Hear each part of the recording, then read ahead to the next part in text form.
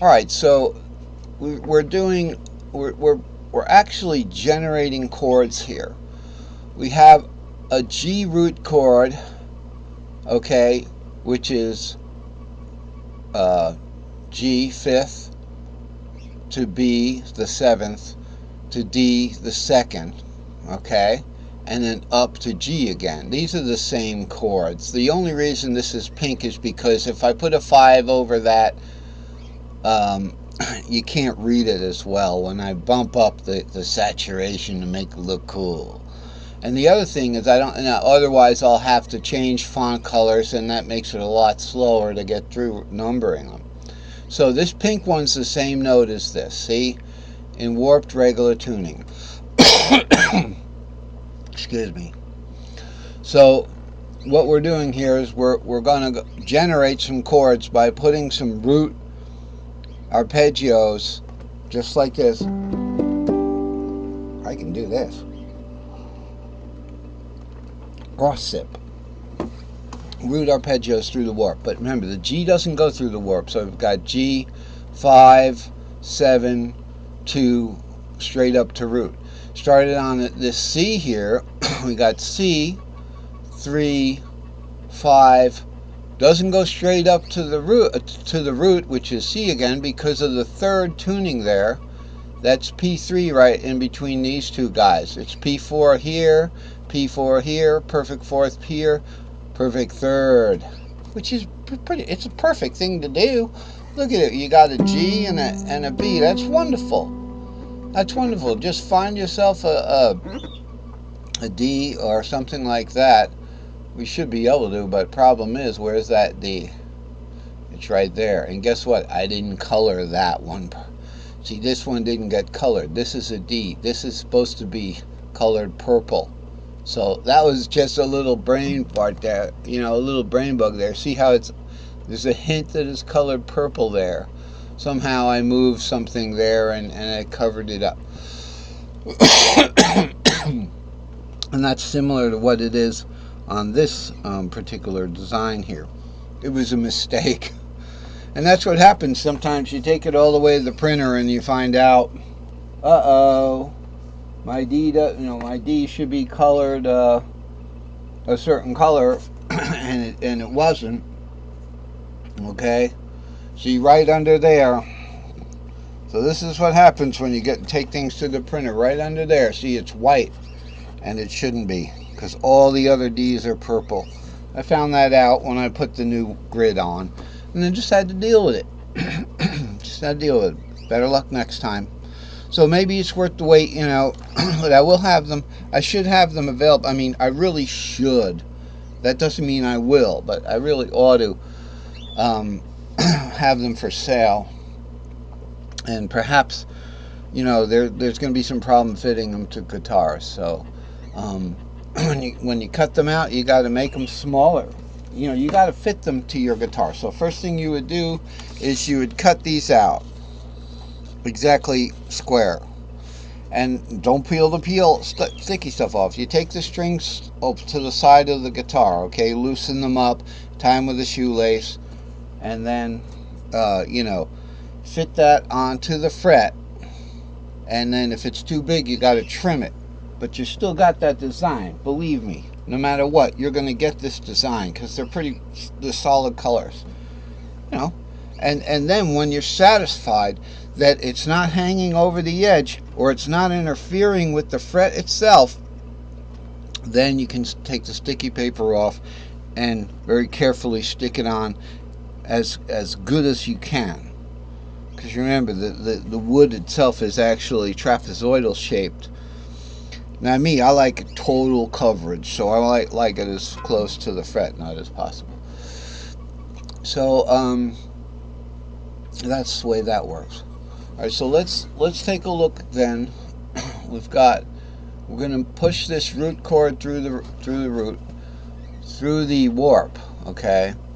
So we're going to do the F one. So it's F, A, and C. So we got a major third between F and A, and then the minor third would be over there, but we bring the C over here, and then we go straight up to the F there. So that's an that's an F arpeggio there. It's a different shape than the C one, right? Because once you get to this top of the C one, you're going to go to the third. It's going to go over again. The pattern's going to start over again. Whereas the F one, we've got 1, 2, 3, and straight up. Actually, we can't do that. We'd have to go up to this A for the third of the F on the next octave. So that's interesting. All right, moving on. Sorry I had to, bring that to a close, but it's better to use the diagrams that I have with the numbers on them.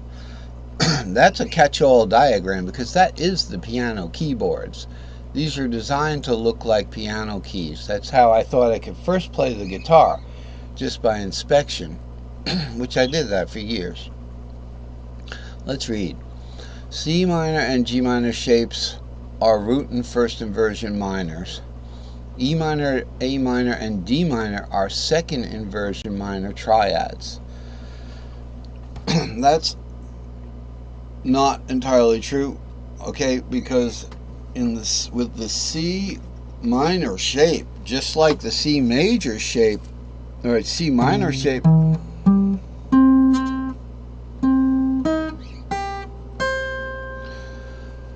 we've got, with the key of C, you've got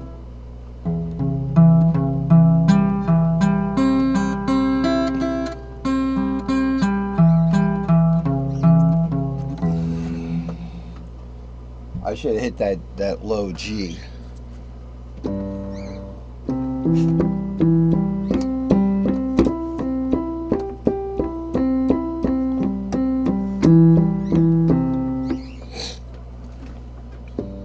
Sorry I didn't hit that low G on that. We've got all three inversions on the C minor shape. Now when you're doing arpeggios, as opposed to saying I'm playing a chord, let's hit it this time, right?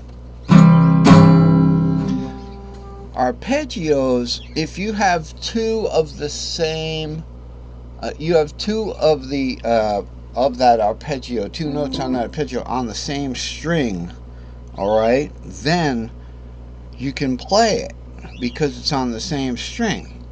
But if you want to do it in chords, they have to be on different strings.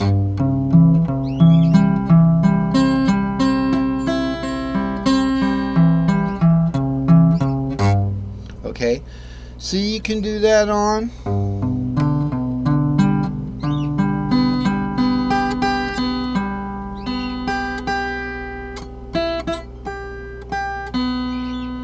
Uh-oh, we've got that B going to a high G, okay, and we didn't get the D.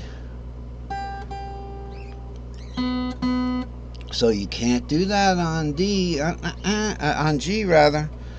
You can get most of them. You can get root, first inversion, second inversion. No, you'd have to go. So these are on the same string. So that's why arpeggios are great, because you don't have to worry about is it on the same string or not. Although when I take the arpeggios that we're learning now, I'm taking them to different strings each time so we can outline those chords.